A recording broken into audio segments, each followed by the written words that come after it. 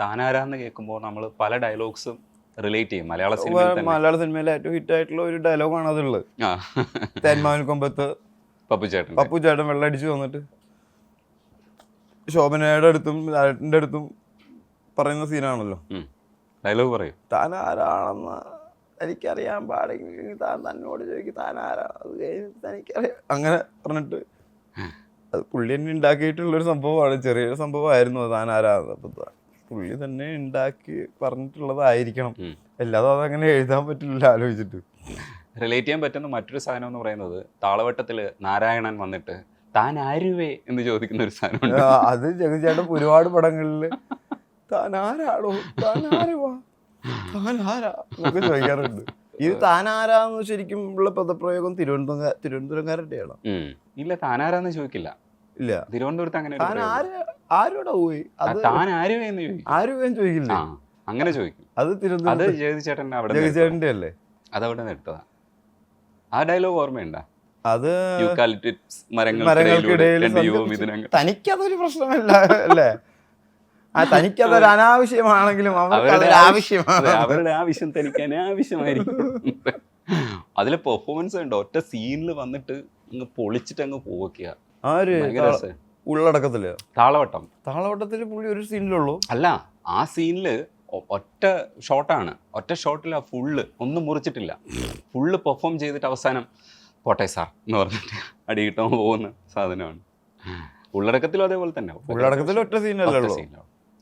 Work ചെയ്തിട്ടുണ്ടോ? ഇല്ല, ഉള്ളടക്കത്തിൽ ഞാൻ നമ്മളിലാണ് വർക്ക്. ഞാൻ സ്കൂളിൽ പഠിക്കുമ്പോൾ ഇറങ്ങിയ പടം, അതിൽ കുതിരാനം വിഴുങ്ങിയ സീനല്ലേ. വെള്ളക്കുതിര അല്ല പറയുന്ന സാധനമുണ്ട്. നിൽക്കുന്നതിന്റെ കുതിര. അയ്യോ, ശരിക്കും ഷൈൻ്റെ പടങ്ങളില് ഒരുപക്ഷെ ഇതിൽ എൻ്റെ ക്യാരക്ടറിൽ ഞാൻ കൂടുതലായിട്ടും അപ്ലൈ ചെയ്തിട്ടുള്ള ജഗചേട്ടൻ്റെ ഒരുപാട് പരിപാടികൾ അപ്ലൈ ചെയ്തിട്ടുണ്ട്. ആ ഒരു മൂഡ് പിടിച്ചിട്ടുണ്ട്. അതായത് നമ്മൾ കണ്ടിട്ടുള്ള ഹ്യൂമർ ചെയ്യുന്നതും ആയിട്ടുള്ള ക്യാരക്ടേഴ്സിൽ നമുക്ക് ഏറ്റവും കൂടുതൽ വരുന്നത് ജഗചേട്ടനും ഇന്നസെൻ്റ് ചേട്ടനുമാണ്. ഇപ്പം നമ്മളൊരു ഹ്യൂമർ പറയുകയാണെങ്കിൽ കൂടി ഇന്നസെൻ്റ് ചേട്ടൻ്റെ ശബ്ദത്തിലും ജഗചേട്ടൻ്റെ ആക്ഷൻസ്, കാരണം എല്ലാം ചെയ്തിട്ടുണ്ട് ജഗചേട്ടൻ അല്ലേ. ഇനിയൊന്നും ഹ്യൂമറിന്റെ മാക്സിമം പുള്ളി ഉപയോഗിച്ചിട്ടുണ്ട്. ജഗചേട്ടൻ ചെയ്തിട്ടുണ്ടാവുക എനിക്ക് തോന്നുന്നു അടൂർ ബാസിയുടെ ഒരുപാട് മാനറിസത്തിൽ നിന്നായിരിക്കും ഇൻഫ്ലുവൻസ്ഡ് ആയിട്ടുള്ളത്. പിന്നെ ജഗചേട്ടൻ ഇല്ലാത്ത പടങ്ങൾ ഉണ്ടായിരുന്നില്ലല്ലോ. അത് കാരണം നമ്മളിപ്പം മമ്മൂട്ടിയുടെയും മോഹൻലാലിൻ്റെയും ആരാധകനാണെന്ന് പറയുമ്പോൾ കൂടി ഏറ്റവും കൂടുതൽ നമ്മുടെ ആക്ടറിൻ്റെ ഉള്ളിൽ കയറുന്നത് ജഗചേട്ടൻ്റെ എക്സ്പ്രഷൻസും അല്ലെങ്കിൽ പുള്ളിയുടെ ടൈമിങ്ങും. ഭയങ്കര ടൈമിങ്ങിലാണ് അത് പ്രയോഗിക്കുക, അതാണ് അതിൻ്റെ രസം. സൂപ്പർ പരിപാടിയാണ്. ഈ ശരിക്കും ഷൈന് കൂടുതൽ ബുദ്ധിമുട്ടായിട്ട് തോന്നുന്നത് കോമഡി ആണോ? അതെ, കോമഡി ബുദ്ധിമുട്ടായിട്ട് തോന്നാറ് ഇല്ല, പക്ഷെ അതിൻ്റെ ഒരു ടീമായിട്ട് കറക്റ്റായിട്ട് സെറ്റായിട്ടില്ലെങ്കിൽ അത് ഭയങ്കര ബുദ്ധിമുട്ടായിരിക്കും ചെയ്യാൻ. കാരണം അതിനൊരു പ്രത്യേക ടൈമിങ്ങിൽ കറക്റ്റ് സാധനമുണ്ട്, ഒരു കൗണ്ടർ അടിക്കേണ്ട ഒരു സമയമുണ്ടല്ലോ.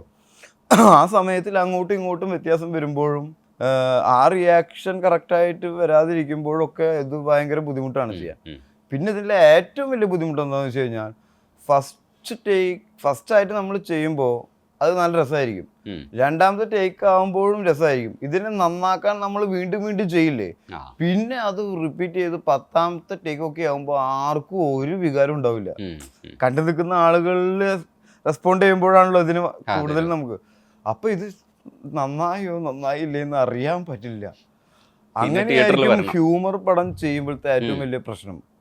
ഇത് മൊത്തമായിട്ട് തിയേറ്ററിൽ ഇരുന്ന് കാണുമ്പോഴാണല്ലോ വർക്ക് ആവണത്, അല്ലാതെ ഇത് വർക്കായിട്ടില്ല എന്ന് നമുക്ക് ജെന്യുവനായിട്ടുള്ള ചിരിയാണോ ഇവർ ചിരിക്കുന്നത്, അല്ലെങ്കിൽ അത് ഇവർ ചെയ്യുന്ന പടം ഹ്യൂമർ സീൻ ആയതുകൊണ്ട് വെറുതെ ചിരിക്കുന്നതാണോ, നമ്മൾ അങ്ങനെ ഒരു മെന്റൽ പ്രിപ്പയർ ആയി നിന്നുകൊണ്ട് നമ്മൾ ചിരിക്കുമല്ലോ, ഒന്നും മനസ്സിലാവില്ല.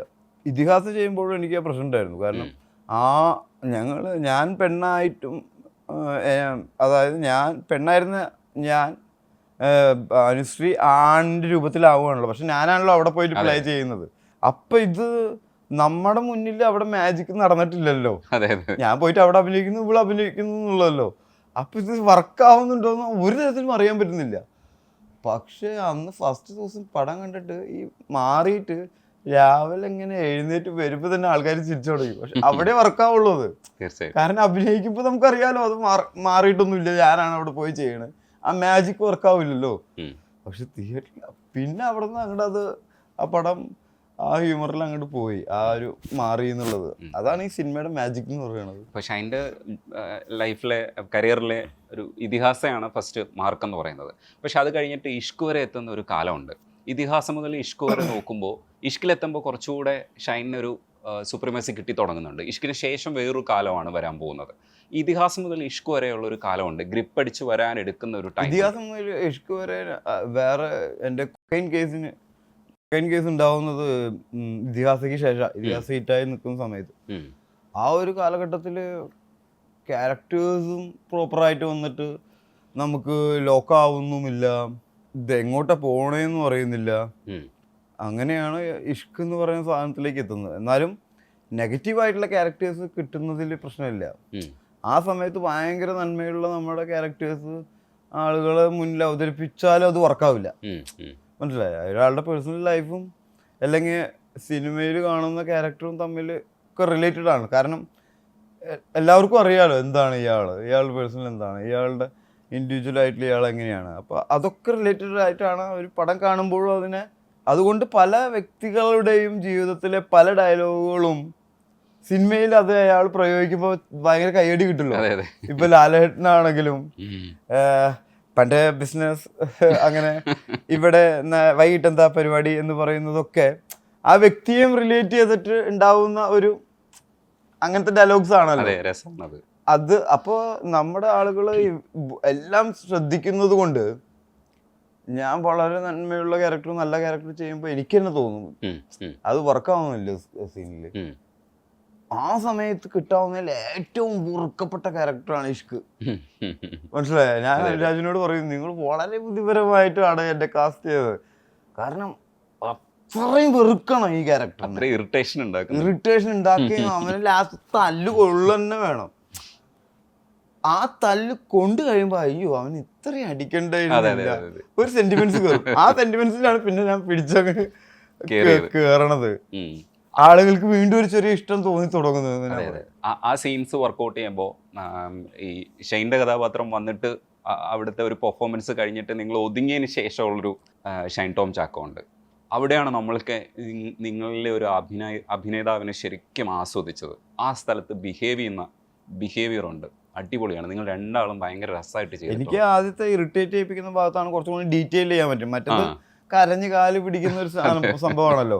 അവിടെ ആ കിടക്കണ സ്പേസ് മാത്രമേ ഉള്ളൂ ആക്ച്വലി. അല്ല, അതാണ് ഒരു പെർഫോമൻസിന്റെ ഏരിയ ആണ്. മറ്റേത് കുറച്ച് വൈഡ് ആയിട്ട് നിൽക്കുന്ന ഒരു കാർ പാർക്കിങ്ങും, അതിൽ അത്രയും സ്പേസ് ഞാൻ വേറൊരു പടത്തിലും കിട്ടിയിട്ടില്ല. ഒരു ക്യാരക്ടർ വേറൊരു പടത്തിലും ഒരു ആക്ടേഴ്സിനും കിട്ടിയിട്ടുണ്ടാവില്ല. ഏത് പടമാണെങ്കിലും ഏത് ക്യാരക്ടർ ആണെങ്കിലും ഏത് ആക്ടറിനാണെങ്കിലും ഒരു സീൻ കഴിഞ്ഞാൽ പോണ്ടേ, വേറെ സീനിലേക്ക് മാറുമല്ലോ. ഇത് വന്നു കഴിഞ്ഞാൽ പിന്നെ ലാസ്റ്റ് അല്ലേ പോണത്. മനസ്സിലായോ? അത്രയും ഡീറ്റെയിൽസ് കൊണ്ടുവരാം അങ്ങനത്തെ ക്യാരക്ടേഴ്സിലെ. പിന്നെ അങ്ങനത്തെ പടങ്ങൾ ഇപ്പം നമ്മൾ ഒരുപാട് കണ്ടല്ലോ ഇഷ്കിന് ശേഷം. പക്ഷെ ഹോളിവുഡിലൊക്കെ അങ്ങനത്തെ പടങ്ങൾ നേരത്തെ ഉണ്ട്. ഇപ്പൊ ഒരു 2 ക്യാരക്ടറും തുടങ്ങി കഴിഞ്ഞാൽ അവരെന്നെയായിരിക്കും എൻഡ് വരെ ഇങ്ങനെ സംസാരിച്ച് പോണ പോലെ ഇരിക്കും. ആഫ്റ്റർ സൺറൈസ്, ബിഫോർ സൺറൈസ് എന്നൊക്കെ പറയുന്ന പടങ്ങളൊക്കെ ഉണ്ട്. അതൊക്കെ നമ്മൾ ഈ ഡാഡി കൂൾ സമയത്ത് സമീർ താഹിർ പടങ്ങളുടെ ഒരുപാട് കളക്ഷൻ. സമീർ താഹിറിന് അങ്ങനെ അമലിൻ്റെ കൂടെയായിരുന്നു. അപ്പം അമലിന് ഈ പടം കാണുന്ന ഒരു ശീലം തന്നെയുണ്ട്. പുറമേയുള്ള എല്ലാ ഭാഷകളിലുള്ള പടങ്ങൾ ഇരുന്ന് കാണും. അതിൻ്റെ DVD ഒക്കെ ഉണ്ടാവും കയ്യിൽ, CD ബ്ലൂറേ പ്രിൻ്റൊക്കെ. അപ്പോൾ അത് സമീറിൻ്റെ കയ്യിലും ഉണ്ട് അതിൻ്റെ ആ ശീലവും. അങ്ങനെയാണ് ഞാൻ കുറച്ച് പടങ്ങളൊക്കെ കണ്ടിരുന്നത് ആ സമയത്ത്. അപ്പം ഈ ടൈപ്പ് പടങ്ങളും ഉണ്ട് എന്നുള്ളത് എനിക്കറിയാം. അപ്പോൾ അതുകൊണ്ട് അങ്ങനത്തെ ഒരു കഥ വന്ന് പറഞ്ഞപ്പോൾ നമുക്കത് റിലേറ്റ് ചെയ്യാൻ പറ്റുന്നുണ്ട്. നമ്മുടെ ഇവിടെ ഉണ്ടാവുന്ന സിനിമകൾ പാട്ടും ഡാൻസും ഇടിയുള്ള പടങ്ങളല്ലേ. അതല്ലാതെ ടൈപ്പ് പടങ്ങൾ ഞാൻ പുറമേ നിന്നാണ് കാണാൻ തുടങ്ങി, കണ്ട് പരിചയിച്ചു. പക്ഷെ അങ്ങനത്തെ പടങ്ങളായി പിന്നെ അധികവും ഇവിടെ അല്ലേ.